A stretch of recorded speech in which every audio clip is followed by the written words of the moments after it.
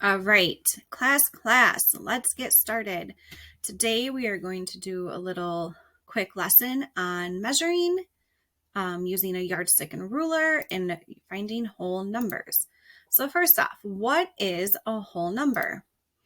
It's a number that does not have a decimal or a fraction. So for example, the numbers 1, 2, and 3 are whole numbers, but 1.5 or 2.5 is not a whole number. How do we round to the nearest whole number? 5 or more, we raise the score. 4 or below, we drop it low. And we'll go over how to do that on a ruler here in a few minutes. So measuring, if we need to measure something, how would we do that? We would use tools like a tape measure or measuring tape, a yardstick or a ruler. Those are a few examples. Throughout life, there's going to be many times where you need to know how to measure things. If you're building something or rearranging your furniture, if you need to know if something's going to fit, if you purchase a new couch. Sometimes when we do these measurements, you need to round it to the closest whole number. By rounding to the closest whole number, it can just simplify the math and your task. So at the end of this lesson, you're going to know how to round to the closest number when measuring, as well as some tools that we use to measure with. So here we have a ruler. What is a ruler? Well, it's a tool for measuring. What do these numbers represent? So we have 1, 2, 3, 4, and so on. Each one of these numbers, each whole number here, is an inch. So these lines represent the different inches. How long is our ruler? Well, if we look, it is 12 inches long. What are all these other lines? What do they represent? So we know these long ones are for 1 inch. Well, the other ones are smaller measurements. So this one would be a 1/2 inch, and then we have others, but we are not going to worry about them today. So what things might you measure with a ruler? Let's think of some examples in the classroom. The obvious answer is anything less than 12 inches. So around the classroom, that could be your pencil, eraser, calculator, your hand, anything smaller. So here we have a ruler. We said 12 inches.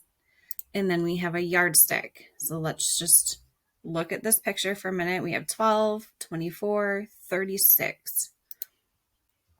All right. So what was the big difference between the ruler and the yardstick? The size, right? The yardstick is much longer than our ruler. Our ruler was 12 inches. Our yardstick is much bigger. And how much bigger is it? So what is our total inches for the yardstick? It's 36. So that's actually equal to 3 ruler lengths. What are some things around the classroom you might measure with a yardstick? Bigger items, right? Like a desk or a chair. Here we have our pencil. Are we going to use a ruler or a yardstick? We're going to use the ruler. Is our measurement on a whole number? If we look, it sure is. And what is that number? How many inches? 5. So the length of our pencil is 5 inches. Here we have a desk. So let's see, does our ruler work for measuring a desk? Not quite. It is not long enough. So we're going to use the yardstick. We know that our yardstick is equal to 3 rulers. And we can see that here with them side by side. So if a yardstick is equal to 3 rulers, and we know that each ruler is 12 inches, so we have 12 plus 12 is 24, plus another 12 is 36, and we are right at the end. So our desk is 36 inches tall. Here we have a water bottle. Are we going to use the ruler or the yardstick? We're going with the ruler. Is our measurement on a whole number? No, it isn't. If we look, it falls between 2 numbers. And those 2 numbers are 8 and 9. So if we're looking for the closest whole number, we want to look where our measurement falls. And if we see this longer halfway mark, remember our halfway is our 5. So if our measurement is below, we are going to round down. So our whole number would be 8. So the height of our water bottle is 8 inches. Here we have a book.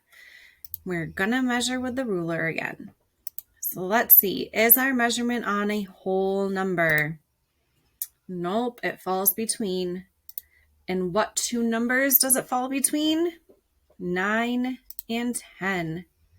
So let's look. We have our halfway mark, and our measurement is above or below? It's below, so we are going to round down, and our whole number is 9. So the height of our book is 9 inches. All right, so here we have an eraser, which we're going to use our ruler to measure again. Is our measurement on a whole number? Let's look. Nope, not quite. What two numbers does it fall between this time? We have it between 2 and 3. So if we're looking for that whole number again, but here is our halfway mark. So our measurement is below or above. It is above that halfway mark, that 5 mark. So we are going to round up. So here our answer is 3 inches. The length of our eraser is 3 inches long. All right, so let's review. Why do we need to know how to measure? Because it's something you're going to run into. It's part of your everyday life. How do we determine the closest whole number? 5 or more, raise the score. 4 or below, drop it low. But when we're looking at our ruler, and it would be the same for our yardstick, if it is below the halfway mark, the half-inch mark, etc., we drop it down. If it is greater than that halfway mark, we're going to